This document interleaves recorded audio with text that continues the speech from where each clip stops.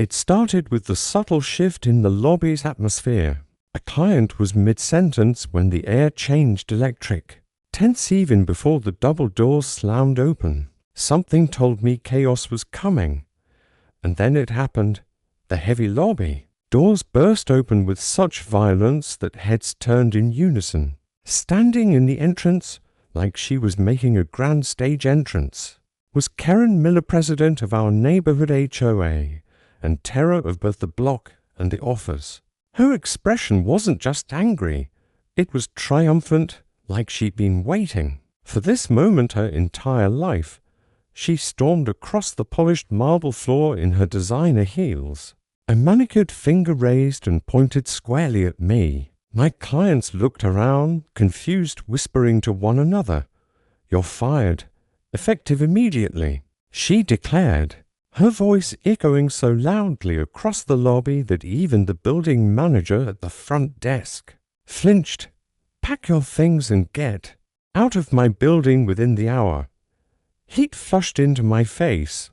I could feel every pair of eyes on me, clients, employees, even the coffee vendor paused mid-pour. My clients shifted uncomfortably in their seats. Despite the mortifying spectacle, I stayed calm. Karen stood there like a victorious villain, arms crossed, a smoke blooming across her lips, gloating in my public embarrassment. But she didn't know the truth.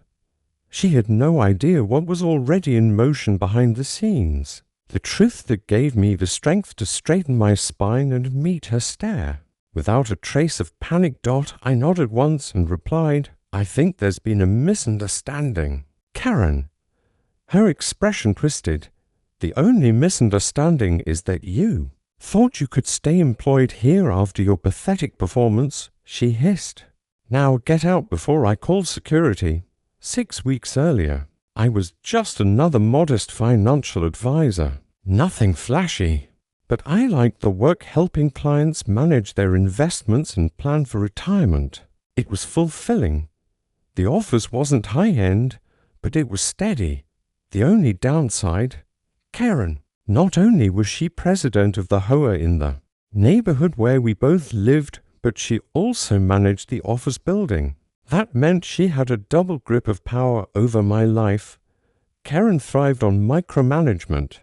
She dictated the exact thermostat settings, assigned arbitrary parking spaces, and sent out policy memos like she was running the Pentagon. If you stepped out of line, questioned her decisions, or so much as rolled your eyes, you'd get slapped with an office write-up or worse. Come home to an HOA violation taped to your door. I'd seen great co-workers quit just to escape her madness. But I stayed because something had changed. 2 months ago, my uncle passed away. He left behind a significant inheritance enough to start fresh. I didn't buy a car or move away. I made a choice. I would invest in something permanent. When I found out the very building where I worked was for sale, it felt like fate.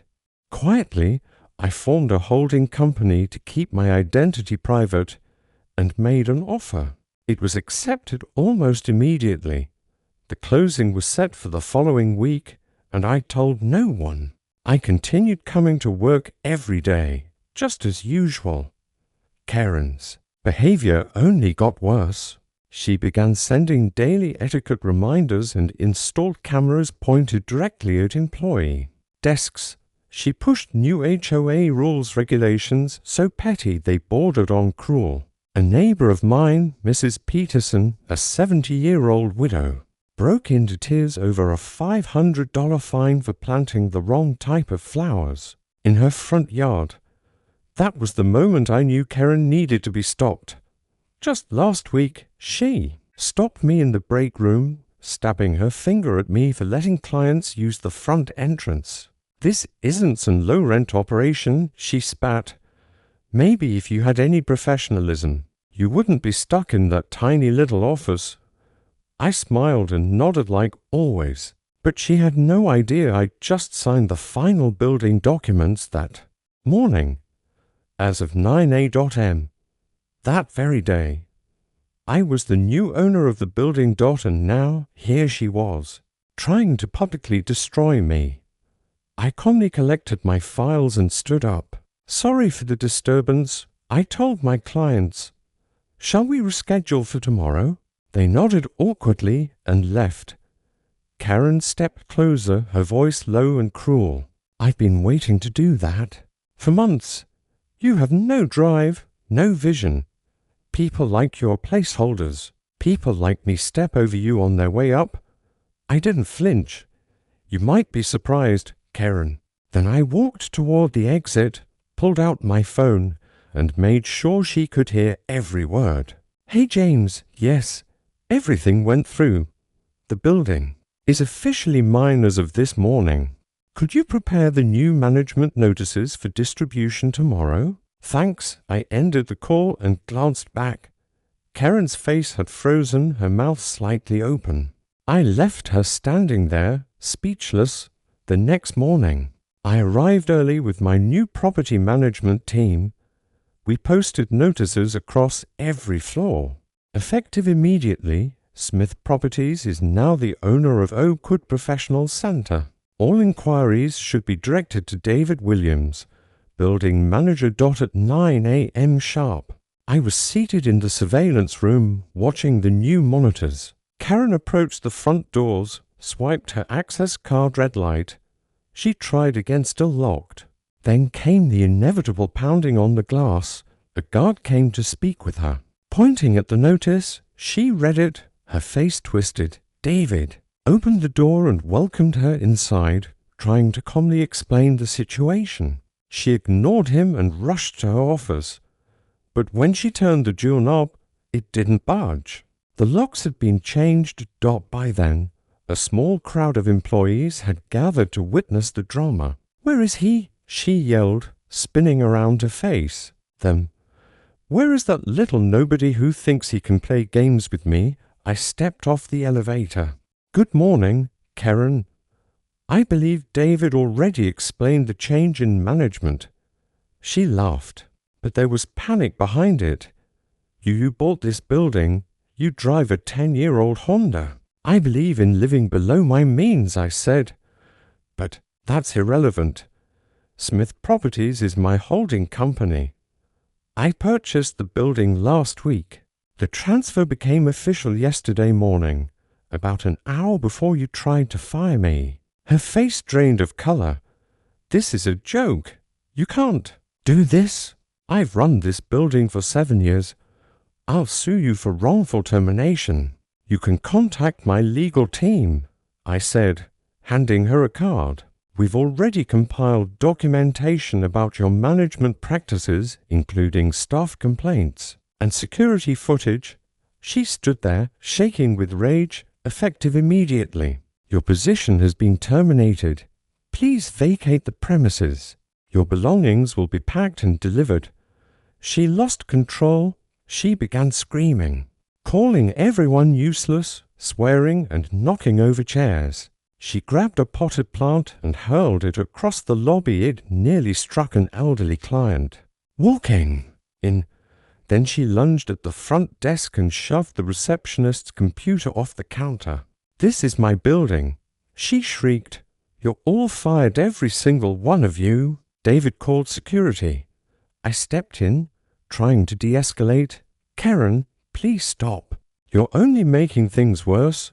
She spun on me, eyes wild.